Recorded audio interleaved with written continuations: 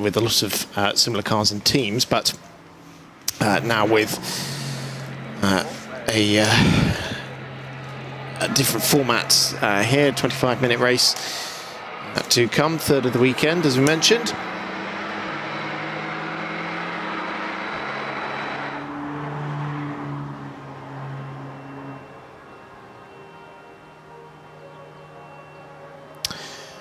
And it is our race one drivers back with us. So if you're new to GT Sprint, the way things work is that you can have the car shared, but you'll do 2 races a piece. So the results from race 1 and indeed race 2 won by the same car with different drivers aboard. So race 2 was Alexandre Gadouin, if you weren't with us earlier, a 1-2 for Schumacher GP, actually with Pierre Macchi pipping Stéphane Perrin over the line. Didn't quite get an answer as to what happened with that car, because it did seem like there was some sort of problem going towards the timing line. It was the 25 again that won in race 1 yesterday, but that was with Wilfried Casalbon at the wheel after a cracking battle with Lucas Tellman in this Seb Ligier Racing Porsche. They're back on the front row again together for this one with Pierre Macchi as well. Other driver change as well is Jose Cartella back aboard the 58 drive-in Porsche that Lorenzo Montiero won in this morning. It's the 2 drivers who are racing in the Iberian GT4 championship together in the McLaren Artura. Here they're in a Porsche Cayman, just keeping their skills sharp while their regular championship is on a bit of a break until September.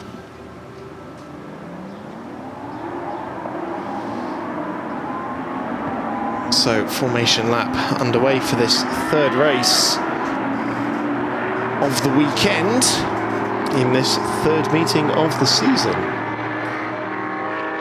So it is race 1 winner Wilfried Casalbon in the Schumacher GP Lamborghini that will start from pole position. Lucas Tellman, the Seb Ligier Porsche Cup car that finished second in race 1 and third in race 2 at the hands of Stéphane Perrin. Starting alongside him, Pierre Macchi was second yesterday. Or this morning, I should say, overall. Olivier Morahan, he was on the overall podium in race 1 yesterday aboard the Canon Racing Team Chevrolet Corvette GT3 car. Patrick Michelet starts 5th in the number 73 CMR run Ferrari 296 Challenge. And then the battle of the UCS4 cars. Jose Cartella starts the 58 drive-in car on pole position ahead of Pierre Aru in the Herrera Racing Audi. And the second and drive-in Porsches is Andrei Sviritov. Eric Mouet at the back of the grid in the CMR Lamborghini Super Trofeo. And that will be because he didn't get a good second lap timing in qualifying. And so the grid for this set by the second fastest times in Q1. Car 25 is under investigation. The starting procedure. Now, I didn't pay attention as to whether or not he went before the green flag was waved on the formation lap. We have seen cars pulled up for that before. Happened in Mugello last year. So we'll keep an eye out on that as the race progresses. Could be great news for Lucas Tellman, who's in his first weekend of Porsche Cup competition, a Fun Cup race on the regs, but joining the Seb Ligier squad this weekend to get some experience in Porsche Cup machinery.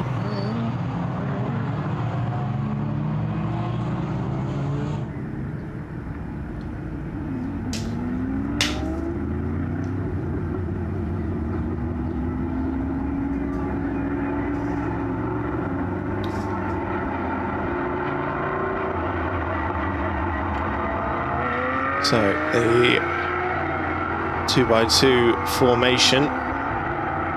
This rolling start to get this 25-minute race underway. I noticed there's a drive-in car missing, I believe. Oh no, it's not. It was just something odd formation there. So there's full 9 cars ready to do battle.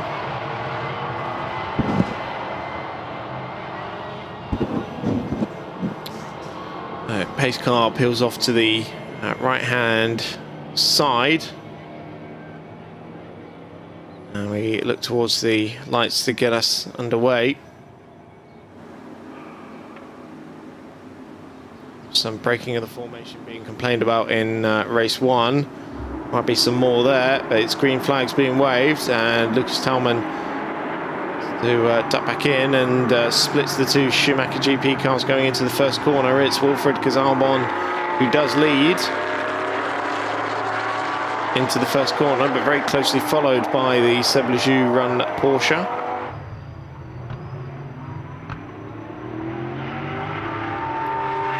Rise up the hill over turn 4. It is Pierre Matchy in 3rd and Olivier Morahan in 4th.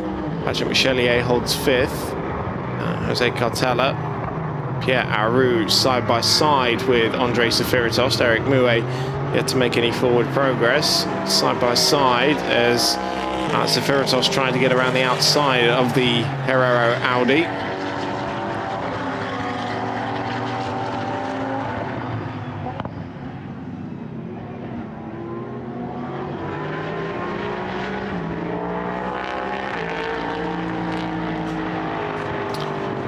Making their way up the hill, you can see Lucas Talman trying to stick onto the back of Wilfried Casalbon. Matchy, Morahan and Michelier not separated by much at all either. There goes Lucas Talman. And just as we saw in race 1, very much able to stick onto the back of the Super Trofeo car.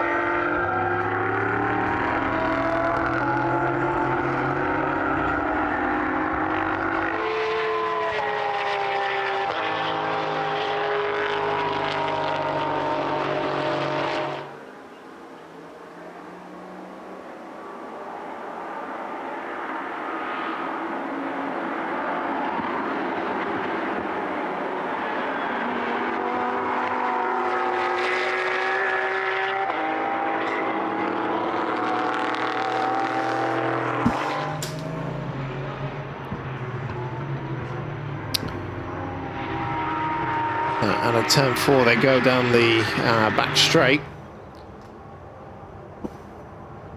Casalbon already has got the flashing headlights being blazed into his mirrors. A little bit of debris that was just going flying. Oh no, I think it was one of the native birds to the circuit. It was acting like a piece of debris in the middle of the air. But see Olivier Morahan placing the 2nd of the Schumacher GP Lamborghinis under significant pressure for the last spot on the overall podium.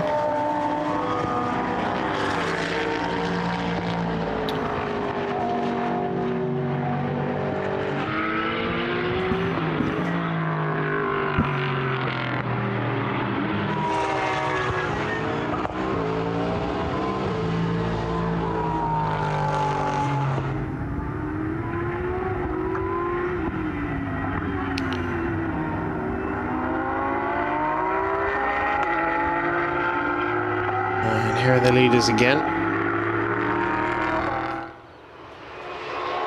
It's a much tighter line from Talman. He tries to utilise the Porsche's superior cornering speed to his advantage.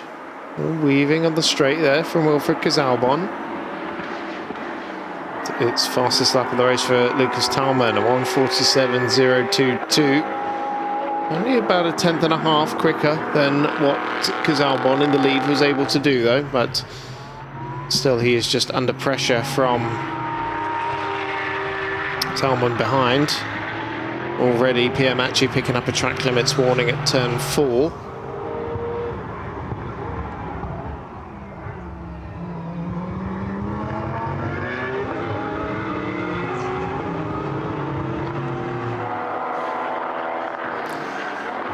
This is the battle for second place in GT4 category. Pierre Aru back ahead of Andrei Seferitos. It was Seferitos ahead of the timing line. So the Audis managed to go back through.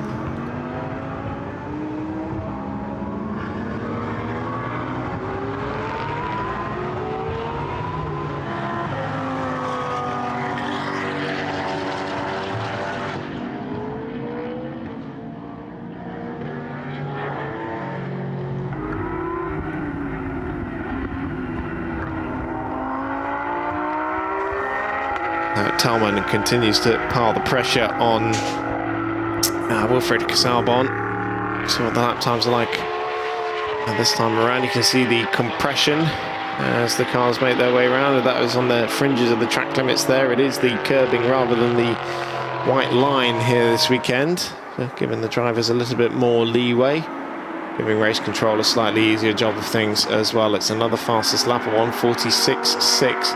It's still only about a tenth quicker than what Wilfried Casalbon can do. See Casalbon just slightly wide through turn number 3. That's opened up the door for Talman to have a look on the inside at turn number 4. And you see the power of the V10 of the Lamborghini just manages to protect him against the Porsche going down that short back straight. We're wide on the exit of the Toro Vip hairpin though, and again side by side, this time through the left-handed kink. Now Talman will have the wrong line. That doesn't matter though, because he goes swooping around the outside at turn number 7. That's a great move from Lucas Talman.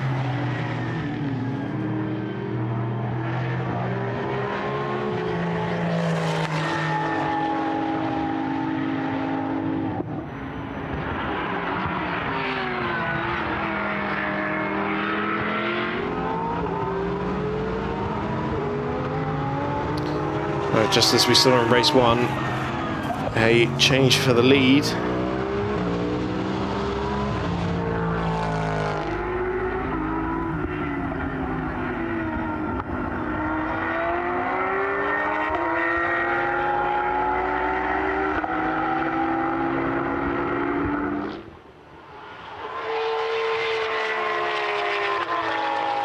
See if Talman now can try and pull away.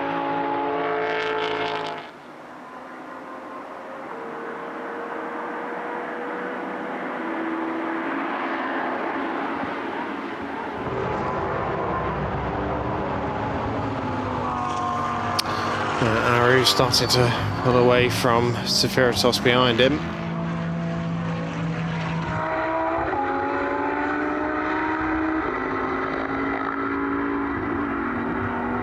So he managed to finish ahead of his championship rival in race 2 earlier on today. Wile E. Coyote livery that he is raced with since his Legends Cup France days back in 2009.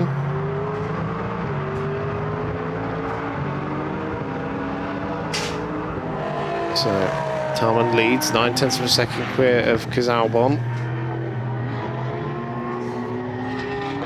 Pierre Macchi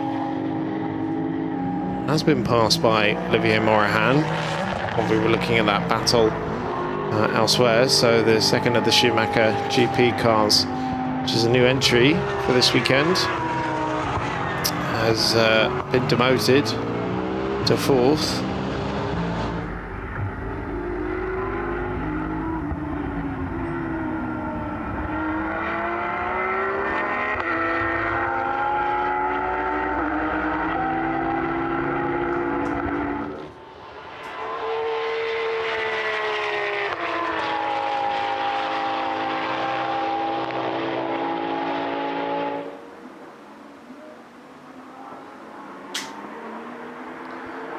Leaders made their way down the start and finish straight, 5 laps completed.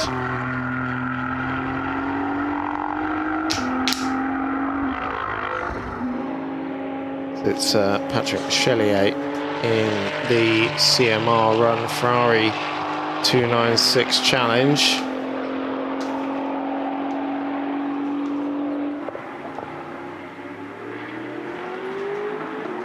it's great to see that car out as a significant improvement over the 488. Lorenzo Montiero was telling us about that during the GT Endurance race earlier on, having been well versed in the previous generation car from competition in this championship last year with the SR&R squad.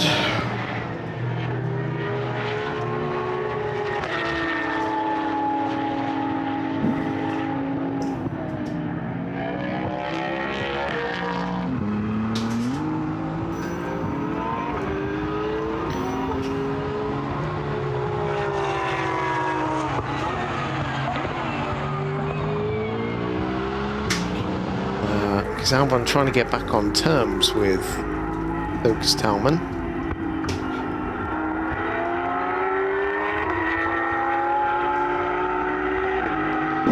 Renault has finally cleared the GT4 traffic past their class leader Jose Carpetella.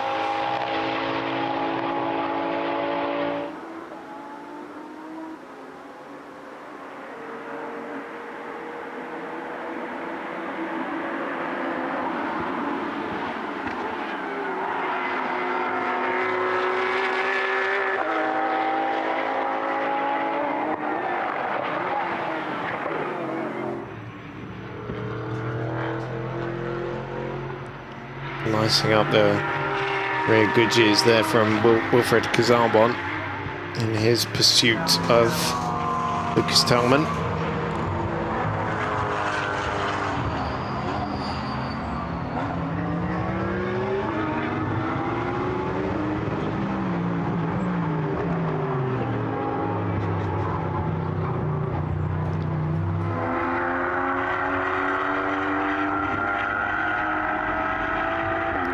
Veritas again, who's fallen even further behind Pierre Aru on this lap. Veritas, who had 3 class wins last year. Pierre Aru, champion of the UCS4 category for GT4 cars.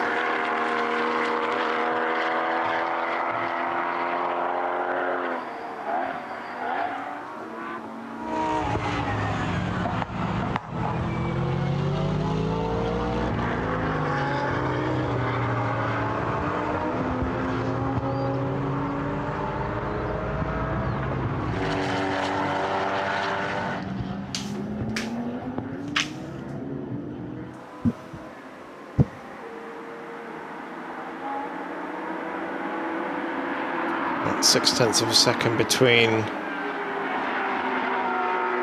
the top 2.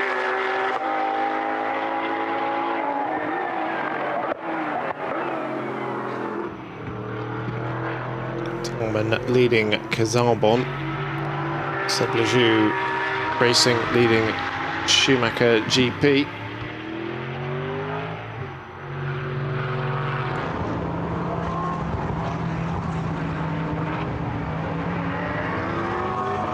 The sister car from Sébastien Loeb, just been out in Trophy GT Endurance, or Canal GT Endurance I should say. Unfortunately it was not a very happy ending. It was overheating and it was starting to boil its fluids shortly after Paul Meyer got aboard the car.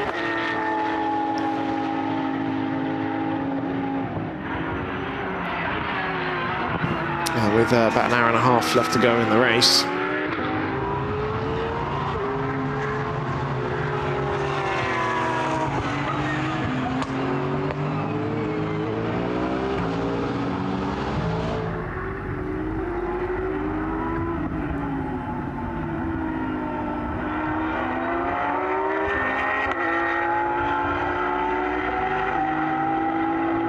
Second warning going out to Andrés Veritas for track limits at turn 1. Don't get too many of those. That'll be a track limits for Lucas Talman, the race leader, out of the final corner there as well. It was over the red and white curbing. beyond the red and white curbing, I should say.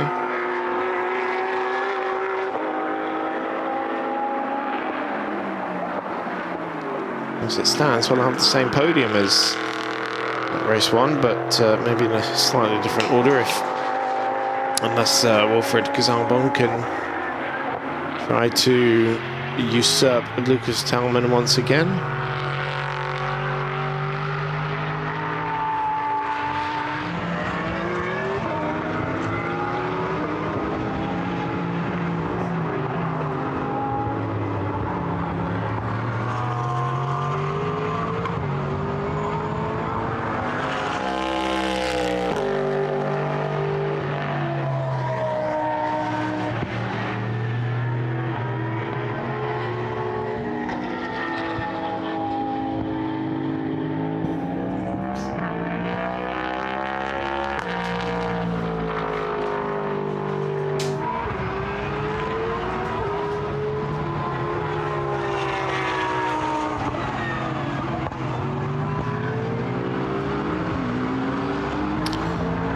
Yeah, Matchy out of nowhere has just done the fastest first sector of the race.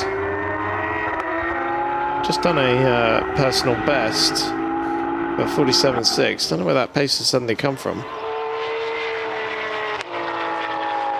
Been 12 seconds off the race lead. Suddenly setting a quicker pace than the leaders, and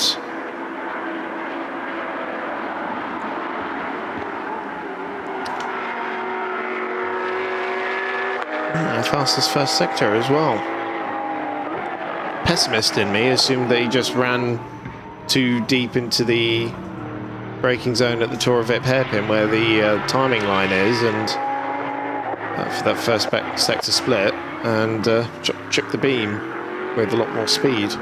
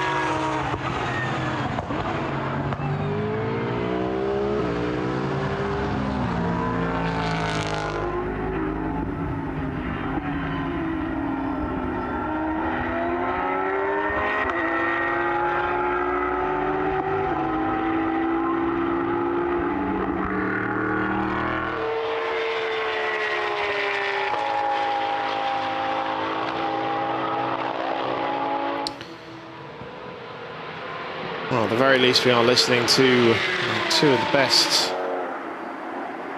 sounding race engines in contemporary motorsport. The flat six in the Porsche,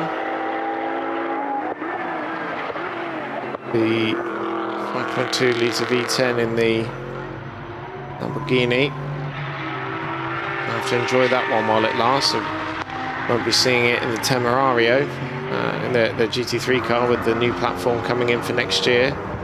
Twin turbo V8 to be replacing the V10. I'll still hear it in the Super Trofeu championships around the world, as the new platform won't be taken till then, until at least 2027.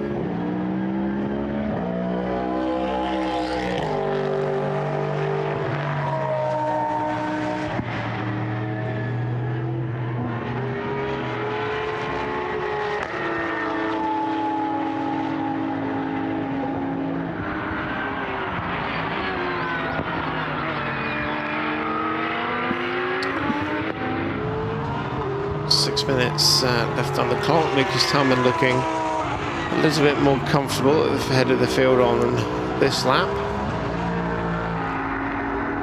He's pulled the gap by a couple of tenths of a second on this lap so far.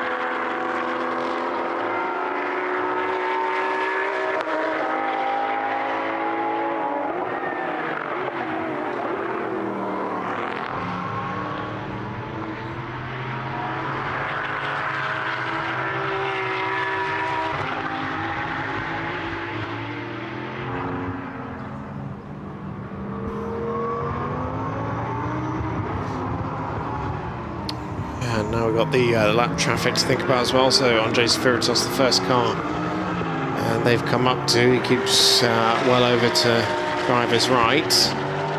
Personal best came in last time around for Patrick Michelier, 1:53.43. He's about only 38 seconds off of Pierre Macchi. Now the car ahead of him. And let's see how far behind Eric Mouet is as well. Car directly behind him. They're still waiting for him to come over the timing line. That's how far behind he is.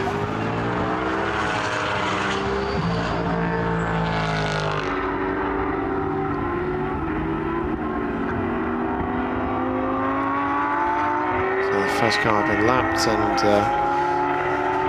yeah, Patrick Michelier. Now I can tell you, 40 seconds to the car behind him, and very nearly 40 seconds to the car ahead of him as well. The amazing thing about that is they're both Super Trofeo cars as well.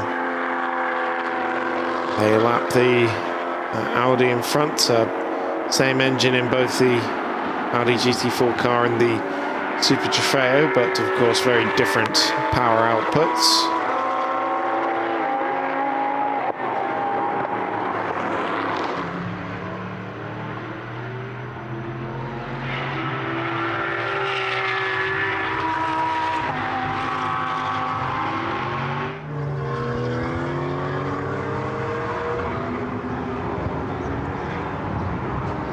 Slide under braking there for Lucas Talman.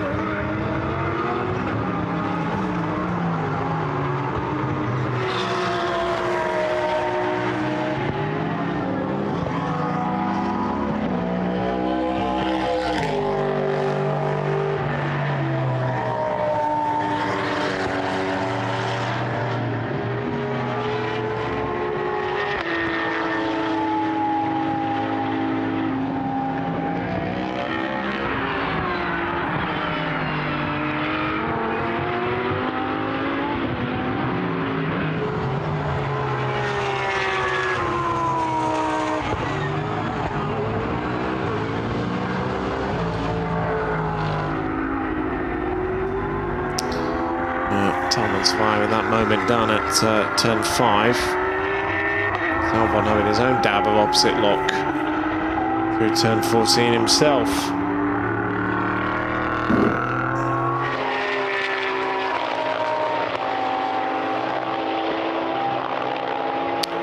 Well, it's a minute and 40 on the clock, and the final lap of the race being started now by Lucas Talman, who's on course for his first victory. A big dive on the inside to the UCS4 class leader, Jose Cartella.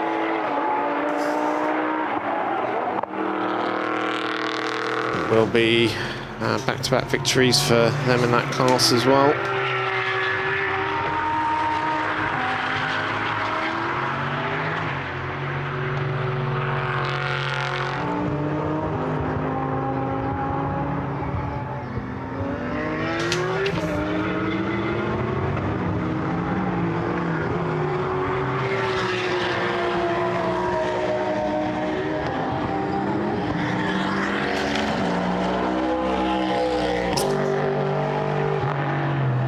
Jose Cartella, there'll be back-to-back victories for him, and a triple for that car after Lorenzo Montiero won in race 2 earlier today.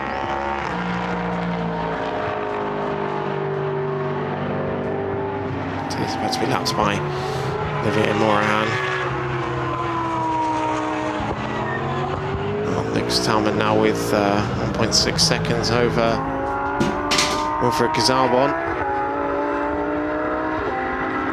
He comes through the final corner, and a saving grace for Seb Ligier Racing after their disappointment in Trophy GT Endurance just now.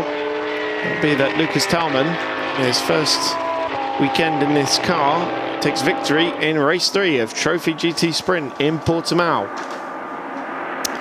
After a great battle with Wilfried Gazarbon, who comes home second for the Schumacher GP team aboard the Lamborghini Super Trofeo, Ligier Morahan makes it a second podium finish of the season, of the weekend, I should say, in the KLT Chevrolet Corvette.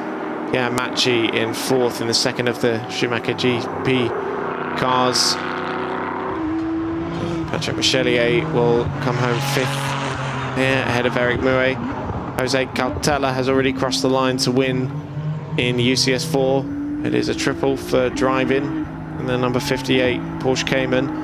Pierre Aru, second for the second race running, and Andres Zafiritos, third in 57.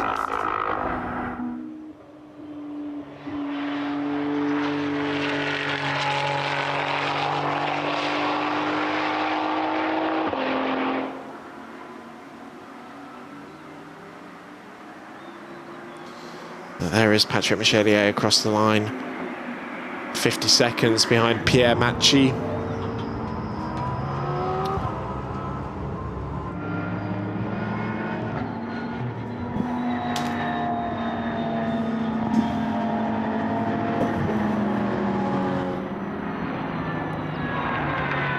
Last car over the line will be Eric Mouet.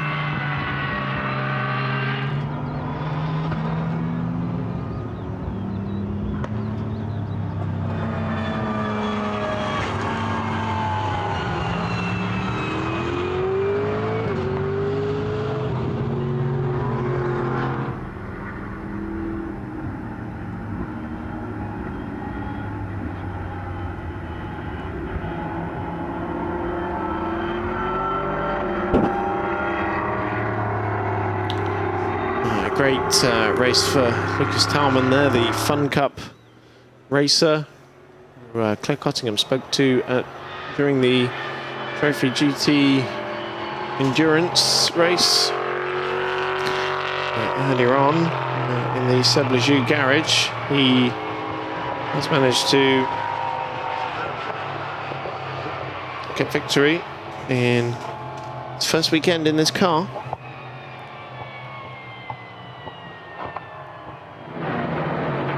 He pulls in to the number 1 spot. Olivier Morahan and Fred Cazabo on either side of him.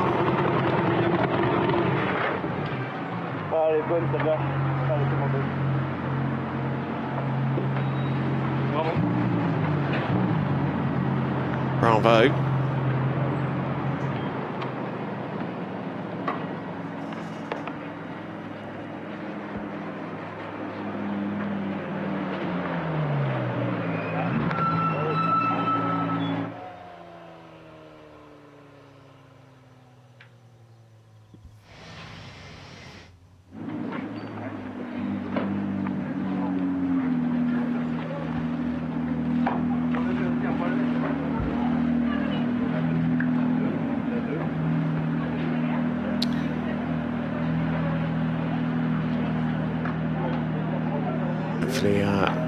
Either Alex or Claire is down there hoping to chat with Lucas. In fact, I can see them right there. So yeah, let's go down to Claire Cottingham and hear from our race winner.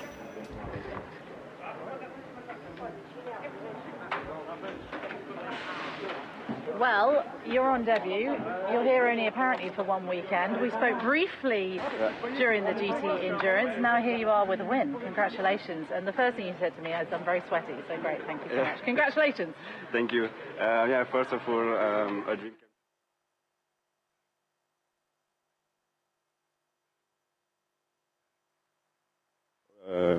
Yeah, from Belgium and from everywhere. Thank you to my sponsors, All Rocks Company. You are with me since 3 years now. So yeah, it's a big adventure, and I hope to continue like that. How important was it for you to get a win this weekend, not only for sponsors and things like that, but to showcase what you can do? I mean, it's very important, like for me, as a personal objective goal.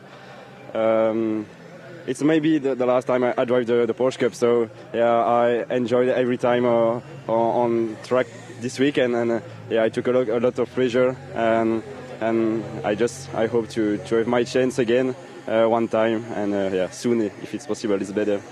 How tough was it out there with the heat? And it's actually, I feel like, got hotter throughout the day. Yeah, it's really hot here, but I try to save the tires as maximum as I can. That's the difference between the Lambo and me, I think, at the end of the race too. So it has not been like easy, but it's a good feeling to have finally a victory in Porsche Cup, and it's a good way to end the weekend, and I'm really I'm so lucky, really. And not just that, Seb Lejeune, obviously the team as a whole have had a tough weekend, and their car unfortunately didn't finish the GT Endurance. So this is a real consolation prize for them as well, not only for you but for the team. Yeah, they had an engine problem in the Endurance, so I really wanted that win. Even for the mechanics, they are so important. Without them, we can't do nothing. So it's important for the team, for me as well, sponsor, everyone. So thank you to Sébastien Loeb for the opportunity, and really I can't thank everyone, because there is a lot of people, but I would like to live this moment during the rest of my life. Really. It's so incredible. Well, you've got to go and get a trophy now. Go up to the podium. Congratulations. I hope to see you again in Ultimate Cup. Yeah, thank you. See you soon, I hope. Thank you so much. Okay, we're going to take a short little break because we are going to have a practice session. However, when we come back, we are going to get qualifying underway for the European Endurance Prototype, which is coming up next as the sun starts to set in Portimão.